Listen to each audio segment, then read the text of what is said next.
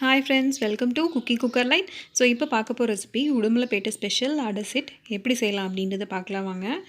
So இது நல்ல ஒரு ஈவினிங் ஸ்நாக்ஸாக இருக்கும். நீங்களும் ட்ரை பண்ணி பாருங்கள்.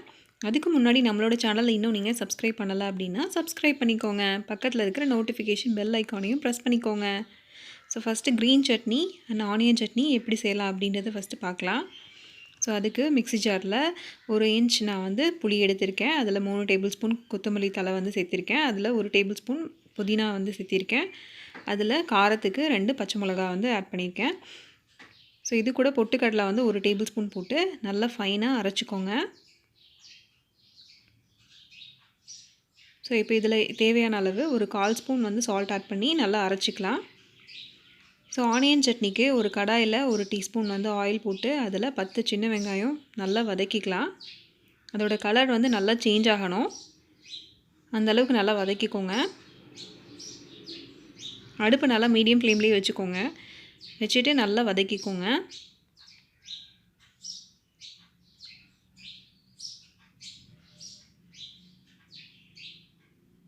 ஸோ இப்போ வந்து ஓரளவு கலர் சேஞ்ச் ஆகிடுச்சு. இதை எடுத்து தனியாக வச்சிடலாம்.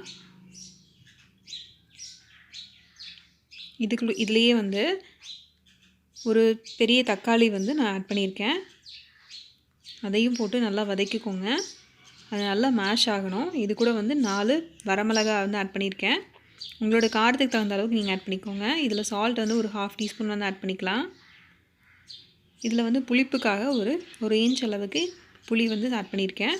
இது நல்லா வதங்கட்டும். வதங்கினதுக்கப்புறமா இது நல்லா ஸ்மூத் பேஸ்ட்டாக அரைச்சிக்கலாம். ஸோ ஆனியன் சட்னி ரெடி ஆயிடுச்சு. இப்போ ஒரு பெரிய சைஸ் கேரட் வந்து நல்லா துருவி வச்சுக்கலாம். அதை தனியாக எடுத்து வச்சுக்கலாம். ஒரு பெரிய சைஸ் வெங்காயம் கட் பண்ணிக்கலாம்.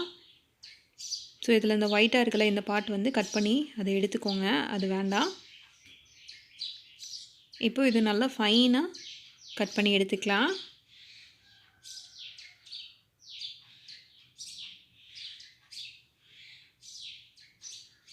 நல்லா மேக்ஸிமம் உங்களால் எவ்வளோ பொடியாக கட் பண்ண முடியுமோ அந்தளவு கட் பண்ணிக்கோங்க.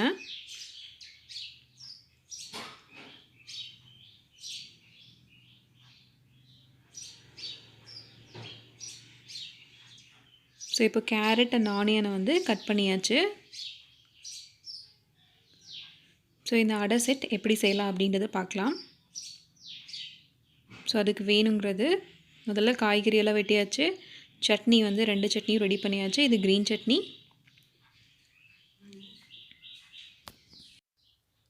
ஆனியன் சட்னியும் ரெடி பண்ணியாச்சு. நல்லா ஸ்மூத் பேஸ்ட்டாக அரைச்சி எடுத்து வச்சாச்சு. ஸோ இப்போ அடை செட் செய்கிறதுக்கு தட்டை வடை எடுத்திருக்கேன். அதில் வந்து ஒரு வடையில் வந்து க்ரீன் சட்னி போட்டுக்கலாம்.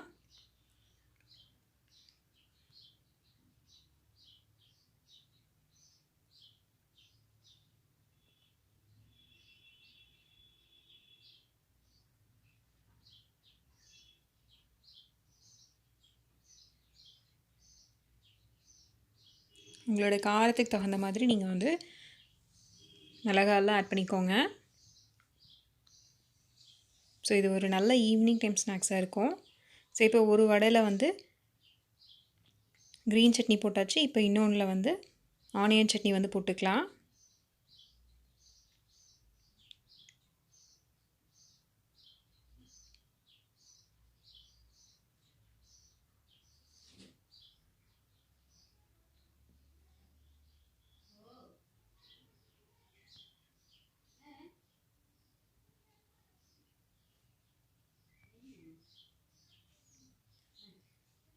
ஸோ இப்போ வந்து கட் பண்ணி வச்சுருக்கிற அந்த ஆனியனை வந்து இந்த க்ரீன் சட்னி போட்டிருக்க அந்த தட்டை வடையில் வந்து மேலே வச்சுக்கலாம்.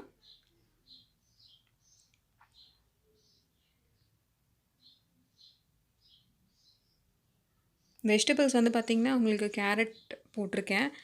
பீட்ரூட்டும் போடலாம். அது இன்னும் நல்லா டேஸ்ட்டாக இருக்கும். ஸோ இதுக்கு மேலே வந்து கொரியாண்டர் லீவ்ஸ் வந்து சாப் பண்ணி வச்சுருக்கிறது போட்டாச்சு. இப்போது கேரட்டை வந்து ஆட் பண்ணிக்கலாம்.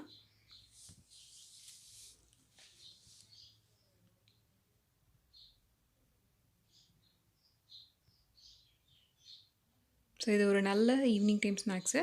ஸோ இப்போ இதை க்ளோஸ் பண்ணிடலாம். ஸோ நல்லா க்ரன்ச்சியாக இருக்கும்.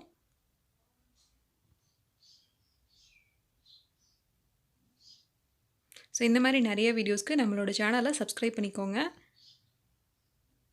இந்த வீடியோ உங்களுக்கு பிடிச்சிருந்தது அப்படின்னா லைக் பண்ணுங்கள், கமெண்ட் பண்ணுங்கள். மறக்காமல் உங்களோட ஃப்ரெண்ட்ஸுக்கும் வந்து ஷேர் பண்ணிக்கோங்க. ஸோ இப்போ சாட் வந்து ரெடி ஆயிடுச்சு. இது அப்படியே வந்து சாப்பிடலாம். ஸோ பார்க்குறதுக்கே நல்லா டெலிஷியஸாக இருக்குது. நீங்களும் ட்ரை பண்ணி பாருங்கள். ட்ரை பண்ணி பார்த்துட்டு உங்களோட கமெண்ட் செக்ஷனில் சொல்லுங்கள். தேங்க்யூ.